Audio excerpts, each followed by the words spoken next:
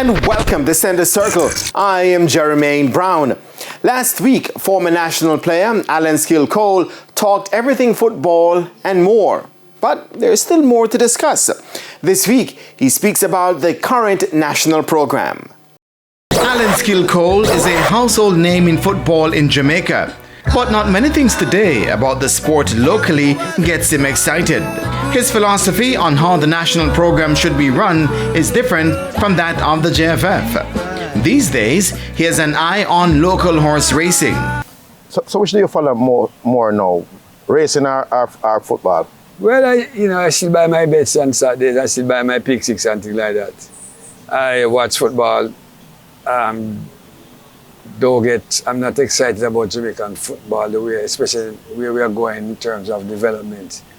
It turns me off, but I still love it. Sometimes I will turn on television and watch a game.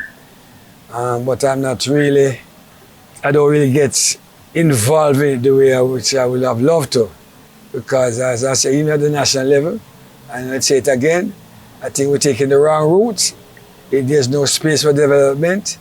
And I'm really sad, especially for the players, the young players coming up who aspire to play for the national team and go further on.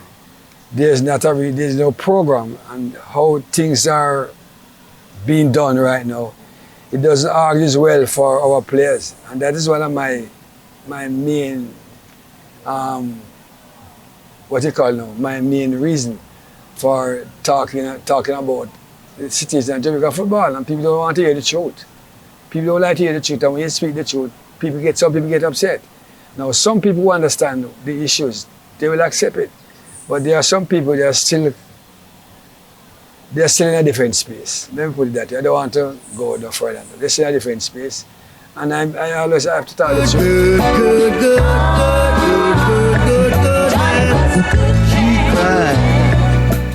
But you do wish the program going good from here on, though, despite of who the coach and who the players are. Yeah, basically the thing about it, we want to go to the World Cup, and this is good for the nation. And I'm one of those who want to see us go to the World Cup. I think it is good for our country.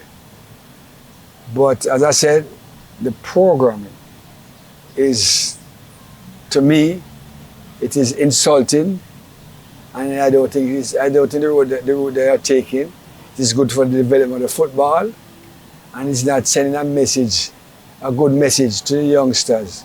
Let me repeat again, who are aspiring to come and play for the national team and go further.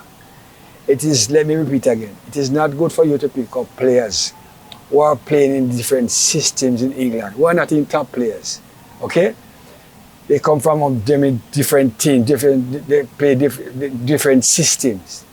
And then you come to a country like Jamaica, okay? And put them there, and you put 95% of them are foreign players. And you put them to play 10 or probably 2 weeks. Where is that chemistry? Football is about chemistry. How are you going to have coordination? These are things that you must have granted because of how some people view football. They win and everybody say, oh, wait. But the football is not getting nowhere. It is not helping our football. And I must say it again, unless you don't understand what does that mean, let me tell you, it is not good. You are not sending a good message, and there's no space for development for our players. Might as well you abandon the National Premier League because you're not using the players from Premier League supposed to be to the national team. You understand me? And when you look at the national team, what Premier League players you have out there? You look at it. It is not good, brethren. And you thought these things and people think say all kind of different things, but they want to face the fact. And I don't want to go back into certain things because people are making all kind of remarks because of what I said on another interview. But it's the truth. And if you look, you can see it, and if you look, and if you're really thinking along the line that you should be thinking, you understand, say, it is crazy what we are doing. The football cannot go nowhere under that type of program. By the way, were you ever offered an opportunity to work with a national team at any level? No, never. No. Unfortunately, no. But why so though? I wish you could tell me. You know, there are a lot of things in the human, with the human faculties. There are people who man certain programs. For instance, the body that ran football at that time was Burrell, okay? Now Burrell is a guy who is something like what you call a dictator. Burrell wants a lot of people around him, yes men, who can, if he says jump, you just jump. Well, I'm not that type of person. And then I'm not that type of person who can throw something like that. So I figured that relationship would have been good, because I remember when they went to Brazil, himself and Horton was vice president at that time. And when they went to the CDB, they asked him if I was in Jamaica. And they said yes, and I said, so why you come? So Horton came back to me and said to me, boy, we went down there and the people them say, whatever. Want to be a part of the program? I said, I'm here. You know. But Burrell went after he was interviewed by a guy who passed away by the name of Mark Nish, and he told him a big lie. He said he went to Skill and Skill said that in Chelsea, which is a big lie. But I don't think he could, the type of person I am, I don't think he could relate to me the way he relates to like the other set of people who are involved in football. So I'm not one of those persons that will do well with a guy like people like those. As I say, I'm not a yes man, and you can't tell me to jump, and I don't know where I'm jumping to. So I figure that's one of the reasons why, I'm just figuring that's one of the reasons why I never been included in none of that type of the part of that program. One thing they did, they had a team coming from Iceland, and they went to the Caribbean Championship, and they used my name and called a squad to prepare to play against the team from Iceland. I don't know if you heard about that game. And I was telling him, say he was rude. You know, put my name in the paper and said, I'm in charge or whatever. Don't tell my assistant, and they named the squad with Walter Boyd and Tati Brown and Bingy Blair and Palmer and quite a few players, Jeremy from Rene and things like that.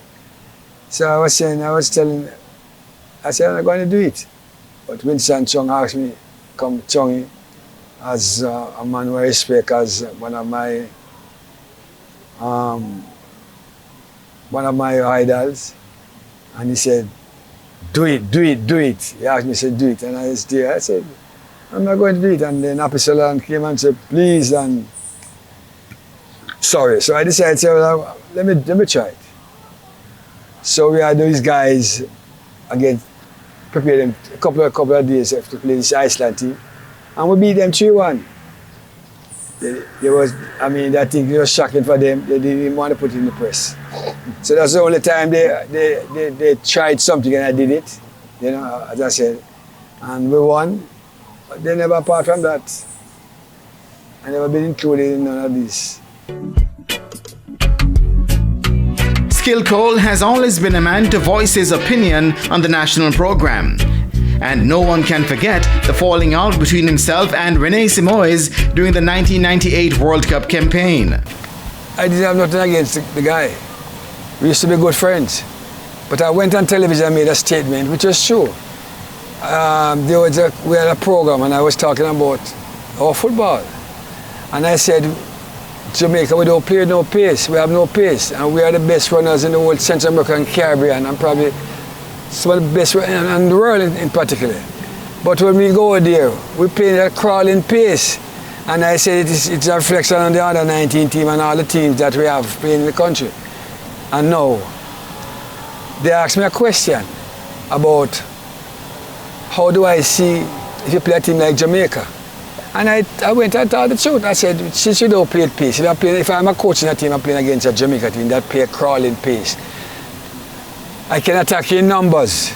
Because if I break down, I have enough time to come back and close you down.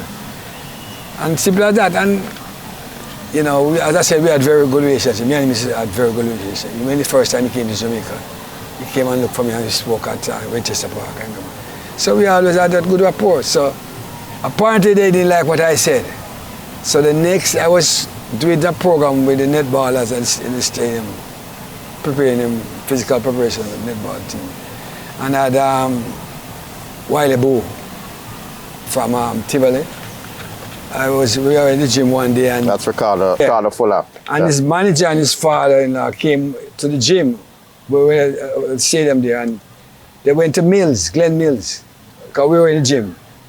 We had an issue, and Glenn said, Skill is the man who can deal with that issue. He cannot deal with the issue. So I started to help Ricardo, because he used to fall a lot those times. There was a thing about him that they used to wonder how he used to fall because his balance was off, and there were certain things. And I managed to adjust that. Anyway, the next day, particularly I tell you about after this program, I went to the stadium, and we started at 3 o'clock. Fuller would be there. And then I saw Simoes in the stand unusual at that time of day. And I asked him, because we used to talk a little Portuguese to each other. And the guy his face was made up, and I just said, I just walk away. So when I went down and started warming up the girls, and I came back, Fuller was in the lineup. But when I look, I didn't see him. I said, probably talking to his coach. But when we finished doing our drills and things like that, I didn't see him. He was down in the stadium. So a guy was telling me, when I was coming back down, coming to the tunnel, a guy was there telling me, say, Simoes run, must come out of the place and must be seen with you and all kind of things. So I was saying to myself, what is it? So I took the girls up to the gym, I came back and I saw him, and I said, what is it? And he was very boisterous and getting out of hand, and came to my face, and I just pushed him away, and that was it, because I think he was rude, and I'm not going to allow that guy to do these type of things, so I just pushed him out of my face, and that's where the relationship started for it. And then, of course, you hear people say all kind of different type of things, because that's how they are, that's how we are, our people. You hear people doing this and that and all kind of, well, I didn't pay that no mind.